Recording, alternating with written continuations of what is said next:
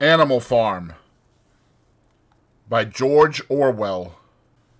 Chapter 1. Mr. Jones of the Manor Farm had locked the henhouses for the night, but was too drunk to remember to shut the pop-holes. With the ring of light from his lantern dancing from side to side, he lurched across the yard, kicked off his boots at the back door, drew himself a last glass of beer from the barrel in the scullery, and made his way up to bed, where Mrs. Jones was already snoring. As soon as the light in the bedroom went out, there was a stirring and a fluttering all through the farm buildings. Word had gone round during the day that old Major, the prize middle white boar, had had a strange dream on the previous night, and wished to communicate it to the other animals. It had been agreed that they should all meet in the big barn as soon as Mr. Jones was safely out of the way.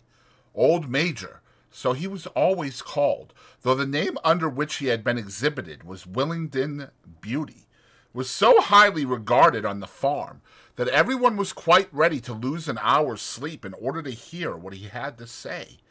At one end of the big barn, on a sort of raised platform, Major was already ensconced on his bed of straw, under a lantern which hung from a beam.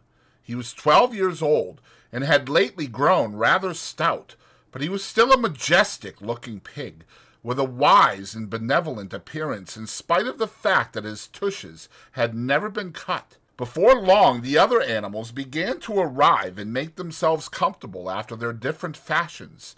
First came the 3 dogs, Bluebell, Jessie, and Pincher, and then the pigs, who settled down in the straw immediately in front of the platform.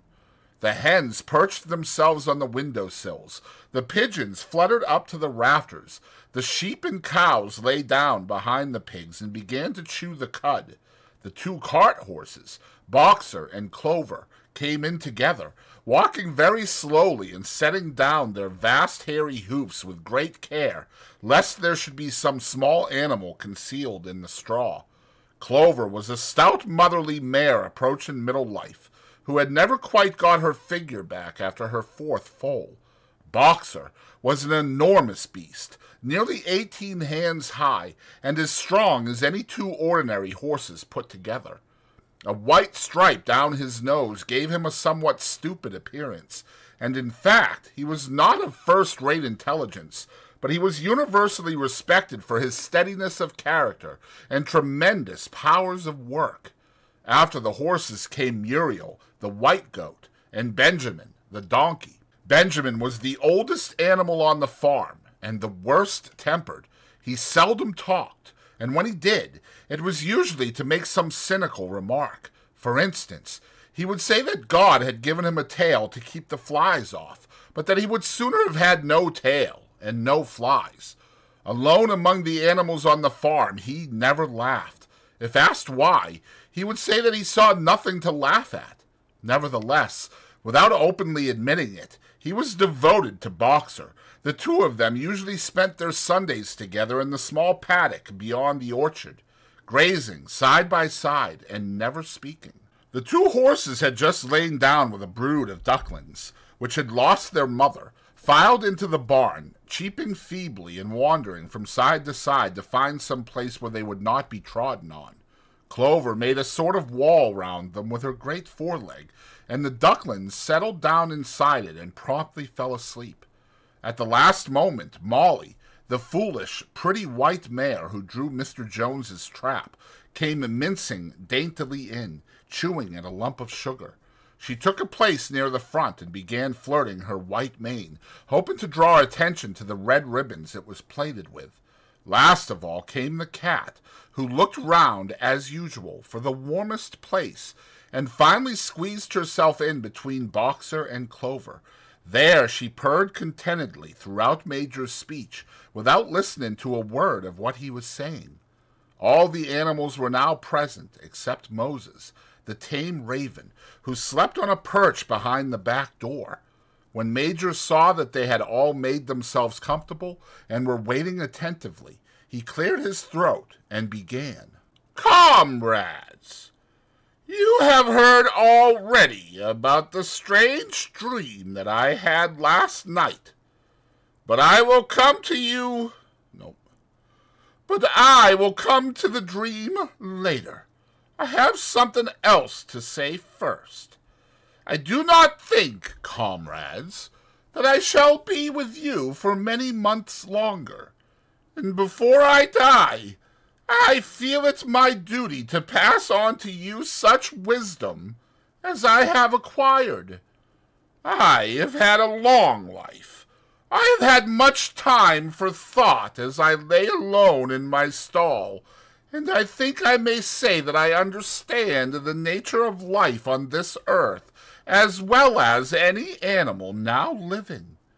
It is about this that I wish to speak to you. Now, comrades, what is the nature of this life of ours? Let us face it. Our lives are miserable, laborious, and short. We are born. We are given just so much food as will keep the breath in our bodies, and those of us who are capable of it are forced to work to the last atom of our strength, and the very instant that our usefulness has come to an end, we are slaughtered with hideous cruelty. No animal in England knows the meaning of happiness or leisure after he is a year old. No animal in England is free. The life of an animal is misery and slavery. That is the plain truth. But is this simply part of the order of nature? Is it because this land of ours is so poor that it cannot afford a decent life to those who dwell upon it? No, comrades, 1,000 times no. The soil of England is fertile. Its climate is good. It is capable of affording food in abundance to an enormously greater number of animals than now inhabit it. This single farm of ours would support a dozen horses, 20 cows, hundreds of sheep, and all of them living in a comfort and a dignity that are now almost beyond our imagining. Why, then, do we continue in this miserable condition? Because nearly the whole of the produce of our labor is stolen from us by human beings. There, comrades, is the answer to all our problems. It is summed up in a single word: man.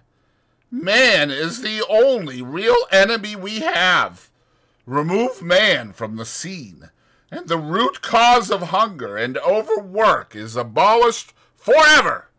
Man is the only creature that consumes without producing. He does not give milk. He does not lay eggs. He is too weak to pull the plow. He cannot run fast enough to catch rabbits. Yet he is lord of all the animals. He sets them to work.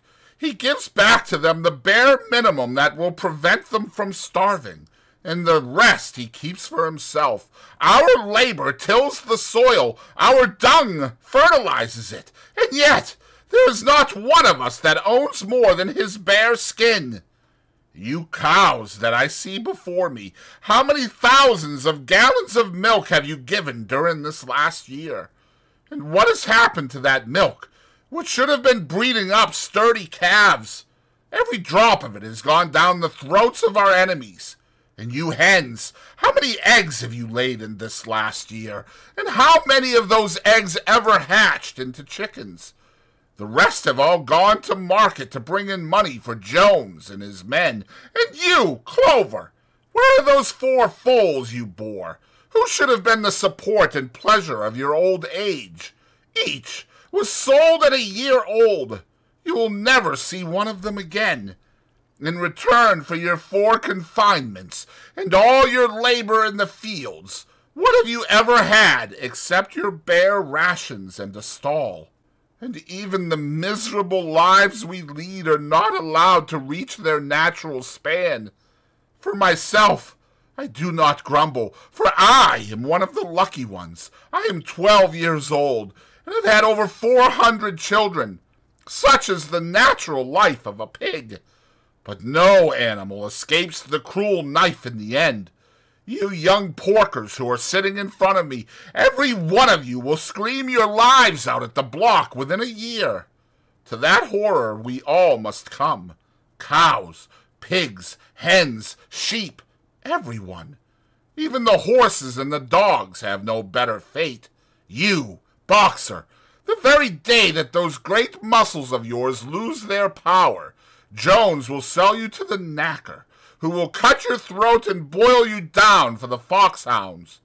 As for the dogs, when they grow old and toothless, Jones ties a brick round their necks and drowns them in the nearest pond. Is it not crystal clear, then, comrades, that all the evils of this life of ours spring from the tyranny of human beings? Only get rid of man, and the produce of our labor would be our own. Almost overnight we could become rich and free. What then must we do? Why, work night and day, body and soul, for the overthrow of the human race. That is my message to you, comrades. Rebellion! I do not know when that rebellion will come. It might be in a week or in 100 years, but I know, as surely as I see this straw beneath my feet, that sooner or later justice will be done. Fix your eyes on that, comrades, throughout the short remainder of your lives. And above all, pass on this message of mine to those who come after you, so that future generations shall carry on the struggle until it is victorious. And remember, comrades, your resolution must never falter. No argument must lead you astray. Never listen when they tell you that man and the animals have a common interest, that the prosperity of the one is the prosperity of the others. It is all lies. Man serves the interests of no creature except himself, and among us animals let there be perfect unity, perfect comradeship in the struggle. All men are enemies. All animals are comrades. At this moment there was a tremendous outroar. While Major was speaking, 4 large rats had crept out of their holes and were sitting on their hind quarters, listening to him. The dogs had suddenly caught sight of them, and it was only by a swift dash for their holes that the rats saved their lives. Major raised his trotter for silence. "Comrades," he said, "here is a point that must be settled.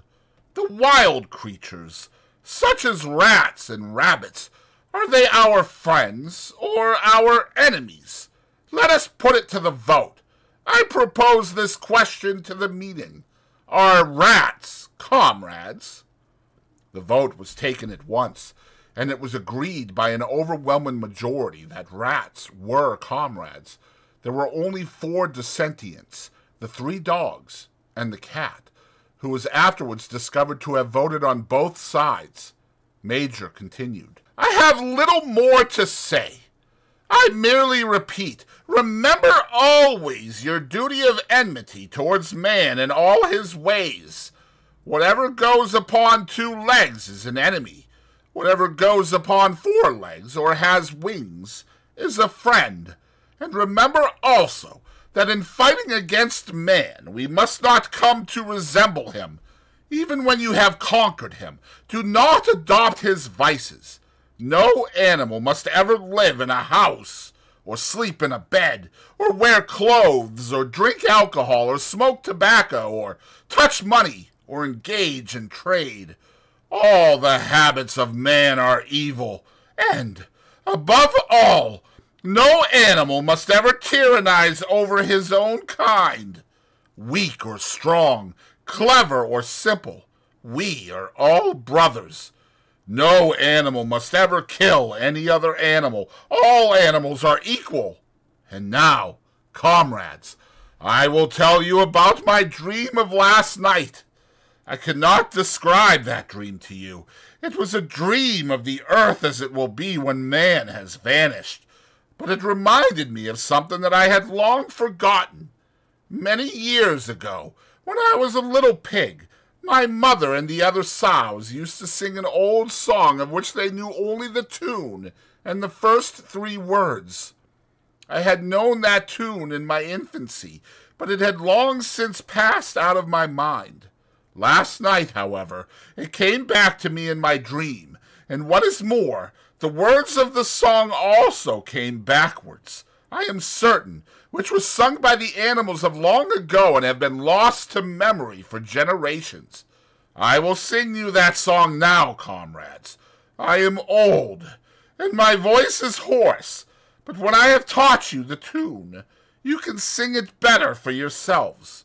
It is called Beasts of England.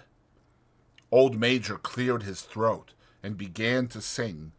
As he had said, his voice was hoarse, but he sang well enough, and it was a stirring tune, something between Clementine and La Cucaracha.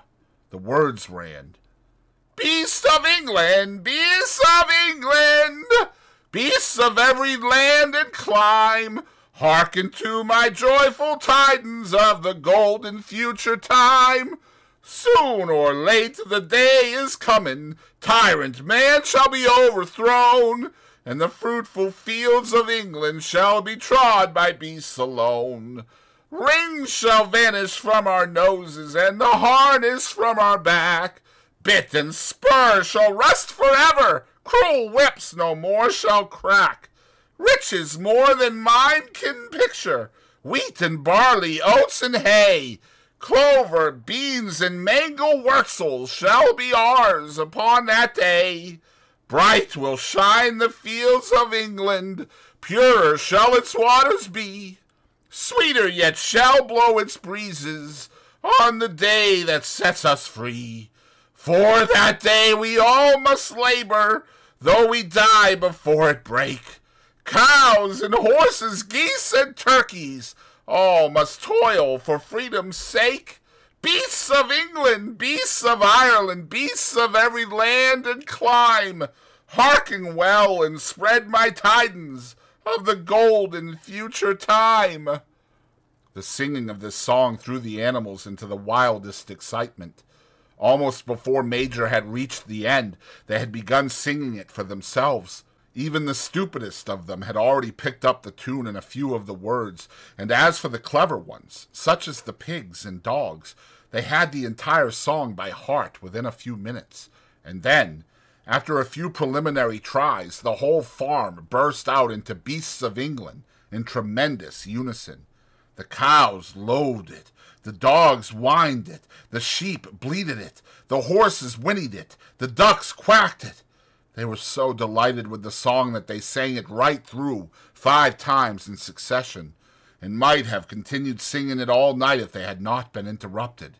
Unfortunately, the uproar awoke Mr. Jones, who sprang out of bed, making sure that there was a fox in the yard. He seized the gun which always stood in a corner of his bedroom, and let fly a charge of No. 6 shot into the darkness. The pellets buried themselves in the wall of the barn, and the meeting broke up hurriedly. Everyone fled to his own sleeping place. The birds jumped on to their perches, the animals settled down in the straw, and the whole farm was asleep in a moment.